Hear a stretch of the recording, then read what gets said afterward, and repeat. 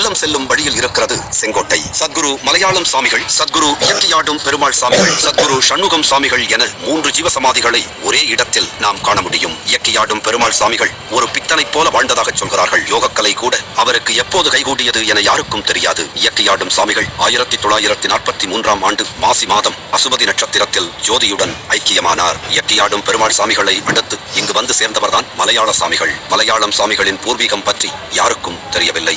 ஆச்சரியங்களையும் அதிசயங்களையும் நிகழ்த்தும் வல்லமை பெற்றவராக மலையாளம் சாமிகள் இருந்தார் என்கிறார்கள். மலையாள சாமிகள் 1968ஆம் ஆண்டு பிப்ரவரி மாதம் 24ஆம் தேதி திருவோண நட்சத்திரத்தில் ஜீவசமாதி அடைந்திருந்தார். மலையாள சாமிகளின் ஜீவசமாதி வளாகத்தில் இருக்கும் மற்றொரு மகான் சத்குரு சண்முகம் சாமிகள் பிரபஞ்சம் சொல்லும் ரகசியங்களை கேட்டுக்கொண்டே இருந்தார். அப்படி ஓர் அற்புத ஆற்றல் அவரிடத்தில் இருப்பதை பலரும் உணர்ந்திருக்கிறார்கள். சத்குரு சண்முகம் சாமிகள் ஆவணி மாதம் சுவாதி நட்சத்திரத்தில் 6/9/2016ஆம் ஆண்டு இறைவனுடன் ஐக்கியமானார்.